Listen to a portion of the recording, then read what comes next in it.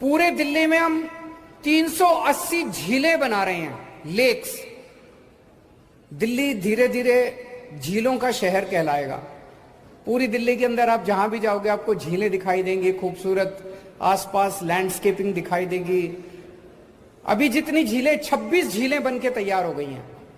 इन झीलों में मैं कई झीलों पे होके आया। अब वहां पे इतनी हरियाली है झीलों के चारों तरफ, इतना खूबसूरत वातावरण है, इतनी शुद्ध हवा है। वहां पे दूर दूर से पक्षी आने लगे हैं और आसपास का पूरा, जैसे द्वारका की मैं झील पे गया था, 5 मीटर पानी ऊपर आ गया। वहां पे वाटर टेबल का 5 मीटर पानी ऊपर आ